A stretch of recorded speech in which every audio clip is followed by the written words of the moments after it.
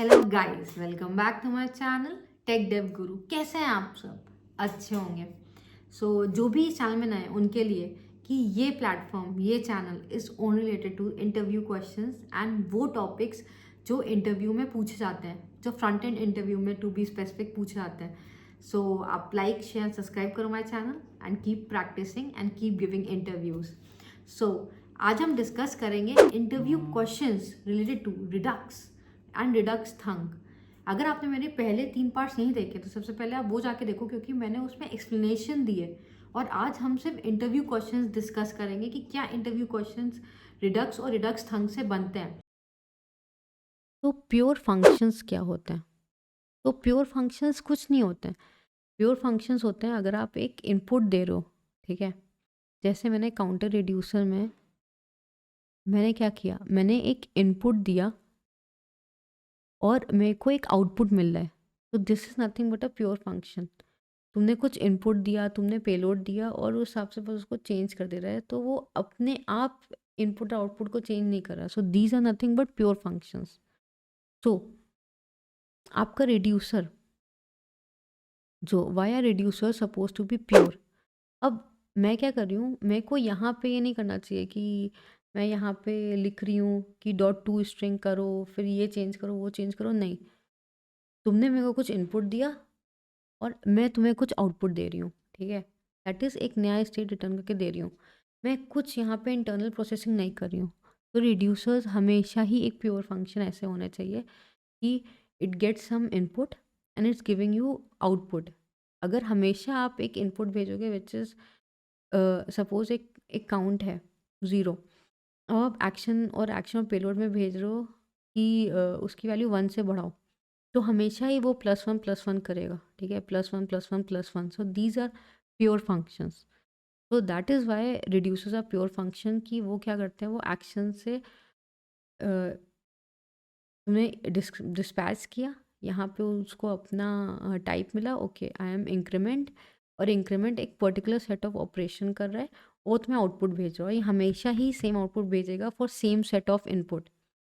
अगर 0 और +2 कर रहे हो तो वो हमेशा ही 2 भेजेगा, कभी भी चेंज नहीं करेगा। So these are nothing but pure functions. एक इनपुट दिया और एक पर्टिकुलर इनपुट तुम्हें सेम आउटपुट मिलेगा, ठीक है। These are pure functions. So Redux हमेशा प्योर फंक्शंस होते हैं, ओके। अब what is combined reducer function in Redux? So store में आपने देखा था एक कंबाइंड रिड्यूसर है। तो कंबाइंड रिड्यूसर क्या होता है? सिंपल, अगर हमको मल्टीपल रिड्यूसर्स यूज़ करना है, ठीक है, like count reducer, use reducer और भी पार्शियल रिड्यूसर्स, तो हम उसको ऐसे नहीं लिख सकते, use reducer comma count reducer, ऐसे नहीं लिख सकते। तो हम सारे रिड्यूसर्स को एक साथ कंबाइन कर देते हैं, सारे रिड्यूसर्स को एक साथ कंबाइन कर देते हैं with the help of combine reducers. तो कंबाइन रिड्यूसर्स आपको हेल्प करता है सबको एक साथ कंबाइन करने के लिए, सारे रिड्यूसर्स को, और उसको आप उस स्टोर में पास करके आप एक नया क्रिएट स्टोर करते हो, ठीक है। अब यूज सेलेक्टर, यूज डिस्पैच हम बता चुके हैं। अब एक और क्वेश्चन है जो मेरे दिमाग में आ रहा है कि डेफ टूल किट लिख भी देते हैं हम, ठीक है। Dev tool, Redux dev tool, Redux dev tool extension enable कैसे करते हैं इन स्टोर, ठीक। And that we are able to do it with the help of this compose dev tool, ठीक है। तो हम क्या करते हैं, ये Redux dev tool extension and को इंस्टॉल करते हैं। ये हमको प्रोवाइड करता है कंपोज विद डेफ टूल, और इसके अंदर अगर हम एम्प्टी इसको छोड़ दें तो ये करता है, ये रिडक्स जो डेफ टूल एक्सटेंशन है उसमें हम अपनी पूरी रिडक्स के एक्शंस को देख सकते हैं कि क्या एक्शन भेज रहे हैं, उसकी क्या वैल्यू आ रही है, सब कुछ, ठीक है। क्या रिडक्स में मल्टीपल ये हो सकते हैं कि नहीं, रिड्यूसर्स पॉसिबल है कि नहीं? तो क्या आंसर है? अब तो आपको पता ही होगा, yes. The answer is yes. हाँ, रिडक्स में हमारे पास मल्टीपल रिड्यूसर्स हो सकते हैं और उसको हम कंबाइन करते हैं with the help of combined reducers. फिर दूसरा, if multiple reducers handle same action type what happens, मतलब अगर इस काउंट रिड्यूसर में एक इंक्रीमेंट है और यूजर रिड्यूसर में भी एक इंक्रीमेंट है, तो क्या ये पॉसिबल है, क्या ये एरर तो नहीं देगा, और अगर ये पॉसिबल है तो ये इसको हैंडल कैसे करता है। ठीक है, तो मैं आपको 1 मिनट देती हूँ सोचने के लिए। हाँ, ये पॉसिबल है। एक केस अपडेट यूज़र है, ठीक है, जो क्या कर रहा है, जो कुछ नहीं कर रहा है, एक्शन डॉट पेलोड नेम डाल रहा है, और एक प्रेफरेंस रिड्यूसर, एक ये भी है, एक अपडेट रिड्यूसर, ठीक है, और ये क्या कर रहा है, ये थीम का नाम डाल रहा है। ठीक, तो जब हम इसको कॉल करेंगे तो ये 2 डिफरेंट रिड्यूसर्स हैं, एक है मेरा यूज़र रिड्यूसर और एक है मेरा प्रेफरेंस रिड्यूसर, बट दोनों में जो एक्शन टाइप है वो सेम है। और अगर मैंने यही कि सेम एक्शन टाइप को, मतलब एक्शन क्रिएटर की हेल्प से उसको कॉल कर दिया, तो क्या होगा, तो सब कुछ नहीं होगा, सारे चलेंगे, सारे एक्शन टाइप चलेंगे, वो अपने अपने रिड्यूसर्स की स्टेट को चेंज करेगा। अपडेट रिड्यूसर चलेगा, ठीक है, उसने action dot payload dot name को लवी कर दिया, ठीक है, या जो भी वहाँ से नाम आ रहा है उसने वो कर दिया। फिर दूसरा चलेगा which is your preference reducer, that is preference reducer. So update reducer में उसने जो भी थीम आई थी उस थीम को वो डाल देगा। अब यहाँ पे ये यूज़ नहीं आता, बट ये यूज़ कहाँ आता है, सपोज लॉग आउट करना है, ठीक है, अब आपको एक चेकआउट से चीज़ें क्लियर करनी है, या बहुत सारे ऐसे ऐसे डिफरेंट डिफरेंट रिड्यूसर्स हैं जहाँ से आपको डेटा क्लियर करना है लॉग आउट के टाइम पे। तो मैंने लॉग आउट को कॉल किया, समझना है इसको, कि मेरे पास 4 या 5 प्रोडक्ट है, ठीक है, checkout related to users, checkout है, फिर यूज़र की डिटेल्स हैं, ये सब अलग अलग रिड्यूसर्स हैं। तो इन अलग अलग रिड्यूसर्स में लॉग इन लॉग आउट के टाइम पे मैं चाहती हूँ सब खाली हो जाए। ठीक, तब हम ये केस यूज़ कर लेते हैं। कैसे, अब मैंने log out action getter call किया, अब टाइप दिया मैंने क्लियर, क्लियर यूज़र, अब वो हन में यूज़ रिड्यूसर में क्लियर क्लियर जो तुम्हारा एक्शन टाइप होगा उसका मतलब क्या होगा कि अपने यूज़र के डेटा को उसने क्लियर किया। फिर जब वो कार्ट में गया तो उसने यूज़र के प्रोडक्ट्स को क्लियर किया, अब वो प्रोडक्ट में गया तो उसने प्रोडक्ट को क्लियर किया। तो इस टाइप में हम ऐसी चीज़ें करते हैं कि हम सेम एक्शन टाइप लिख देते हैं हर में। अपडेट, जैसे अपडेट यूज़र, तो हमने एक्शन टाइप अलग अलग रिड्यूसर में सेम लिख दिए, वो 1 बाय 1 एंड उनको कॉल करेगा, ऐसे नहीं किसी को कॉल करेगा, वो सबको कॉल करेगा और उसके अकॉर्डिंग जो उसका फंक्शन है वो उसको करेगा। ठीक है, तो अगर ऐसा काम हो तभी करना, नहीं तो अवॉइड करना ये चीज़ करना। अब एक और बहुत इंटरेस्टिंग क्वेश्चन है, ठीक है, क्या, okay I will explain you this question. हमको पता है कि हम स्टोर को कैसे यूज़ कर सकते हैं। अभी लवी मैम आप भी अभी आपने बताया कि हम यूज़ सेलेक्टर की हेल्प से मेरे को स्टेट मिल जाती है, ठीक है, और उसके बाद फिर मैं इसको यूज़ कर सकती हूँ। तो क्या मैं इसको रिएक्ट कंपोनेंट के बाहर भी यूज़ कर सकती हूँ?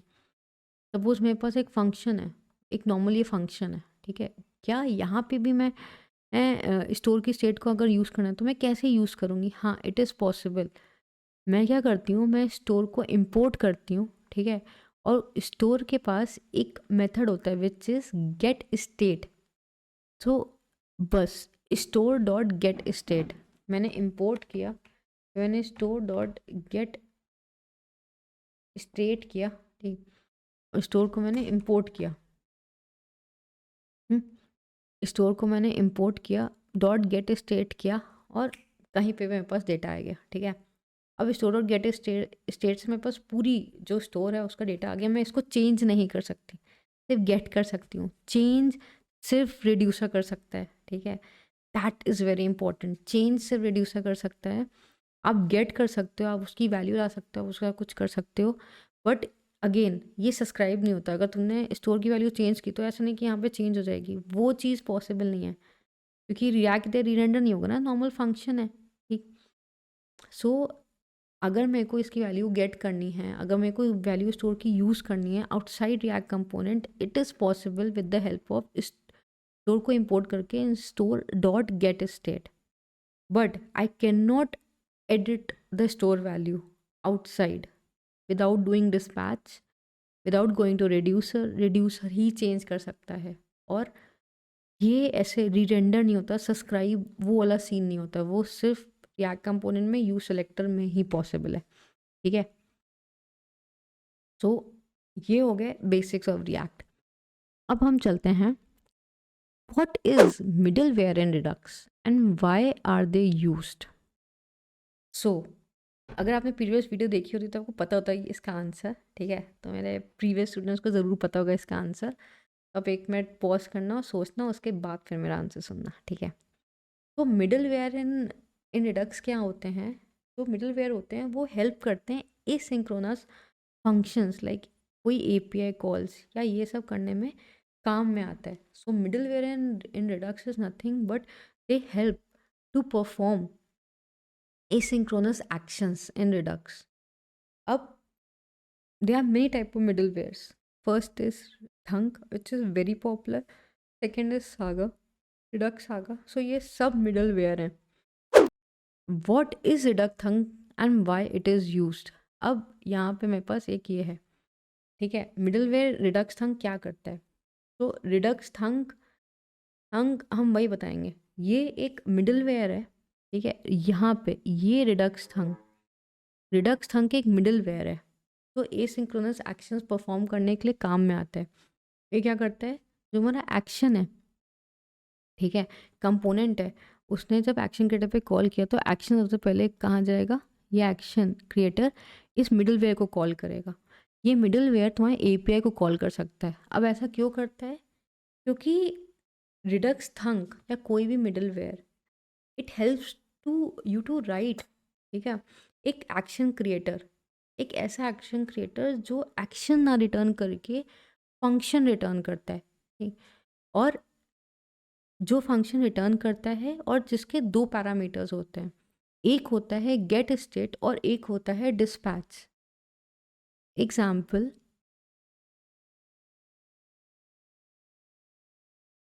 रिडक्स थंक या कोई भी मिडलवेयर, रिडक्स थंक हेल्प करता है कि तुम एक ऐसा एक्शन क्रिएटर, ये लॉगिन यूज़र इसमें एक्शन क्रिएटर, एक ऐसा एक्शन क्रिएटर क्रिएट कर सको जो ये एक्शन ना रिटर्न करके वो एक फंक्शन रिटर्न कर रहा है।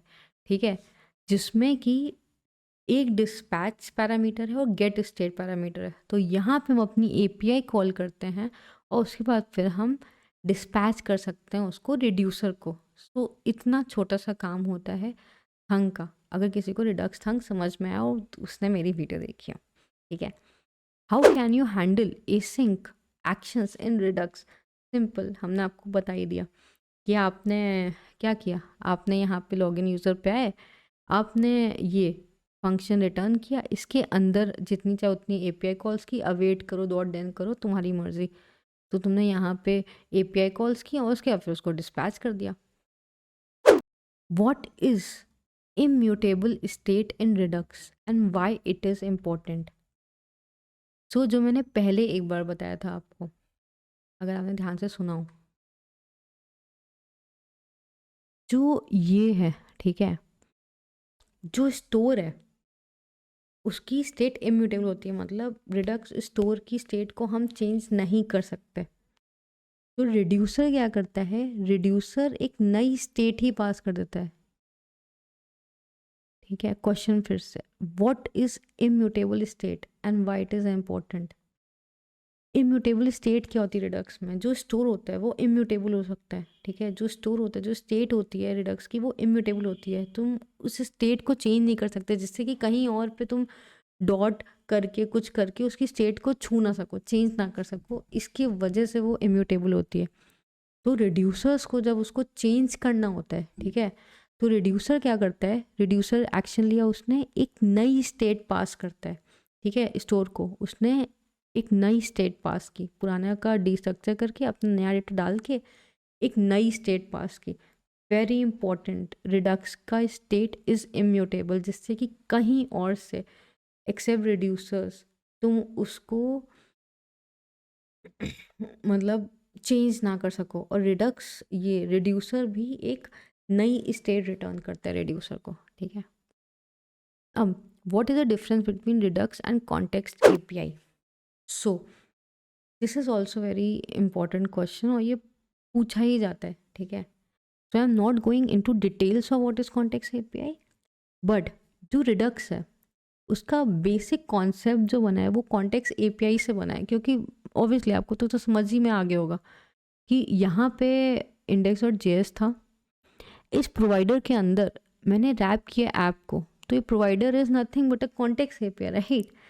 तो रिडक्स बना ही है कॉन्टेक्स्ट एपीआई के उससे, कि मतलब कॉन्टेक्स्ट एपीआई के एक पूरा बेसिक जो कॉन्सेप्ट है उसी से ही बना है कि मैं यहाँ पे इसको वो प्रोवाइडर से मैंने वैल्यू को किया, अब मैं यूज सेलेक्टर की हेल्प से उसको क्या कहते हैं उसकी वैल्यू को ले पा रही हूँ, ठीक है। सो this is nothing but a concept of context API only, but difference Redux और कॉन्टेक्स्ट के बीच में ये है कि जब हम कॉन्टेक्स्ट एपीआई में, जैसे अब कॉन्टेक्स्ट एपीआई, अगर ये प्रोवाइडर एक कॉन्टेक्स्ट एपीआई होती, अब स्टोर है और मैंने कोई वैल्यू चेंज की, फॉर एग्जांपल मैंने यूज़र की वैल्यू चेंज की, लॉगिन करके मैंने कोई वैल्यू कॉन्टेक्स्ट एपीआई में चेंज की, ठीक है। तो सारे कंपोनेंट्स जो उसके अंदर रैप्ड हैं, मतलब पेरेंट से लेके चाइल्ड, अगर सपोज ये ऐप था तो ऐप से लेके उसके सारे चाइल्ड कंपोनेंट्स, ठीक है, री रेंडर होंगे, सारे चाइल्ड कंपोनेंट्स री रेंडर होंगे। अगर उसमें रिएक्ट मेमोरी से लगाए, ठीक है, उन सबको छोड़ के हर कंपोनेंट री रेंडर होगा, मतलब दिखेगा तो उनको भी, बट वो निगलेक्ट कर देंगे उसको कि वो ऑब्वियसली चेंज नहीं हुआ है, तो हर एक कंपोनेंट री रेंडर होगा। बट रिडक्स में जो कंपोनेंट ने उस स्टेट को सब्सक्राइब किया है, मतलब जैसे काउंट है, अगर कंपोनेंट 4 है, ठीक है, 4 कंपोनेंट से वो उस काउंट को यूज़ कर रहे हैं, तो कंपोनेंट 4 और उसके चाइल्ड कंपोनेंट्स अगर वो उसको यूज़ कर रहे हैं काउंट को, सिर्फ वही री रेंडर करेंगे, हर एक पेरेंट से लेके चाइल्ड री रेंडर नहीं करेगा, ठीक है। यही सबसे इम्पोर्टेंट डिफरेंस है रिडक्स और कॉन्टेक्स्ट एपीआई के बीच में। वैसे अगर स्मॉल एप्लीकेशंस होती हैं तो कॉन्टेक्स्ट एपीआई ही यूज़ करनी चाहिए, क्योंकि रिडक्स का अपना बहुत बड़ा बॉयलर प्लेट होता है। बट अगर बड़ी एप्लीकेशंस हैं, मिड लेवल एप्लीकेशन भी हैं, तो भी हमको डेफिनेटली रिडक्स यूज़ करना चाहिए टू प्रिवेंट फालतू की री रेंडरिंग।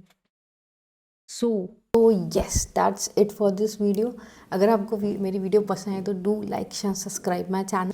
और हाँ, एक और चीज़, अगर आपको मेरे साथ इंटरव्यू प्रैक्टिस करनी है, 1-to-1 मॉक इंटरव्यू, तो अब आप 1-to-1 मॉक इंटरव्यू भी बुक कर सकते हैं मेरे साथ by going to this devritacademy.com।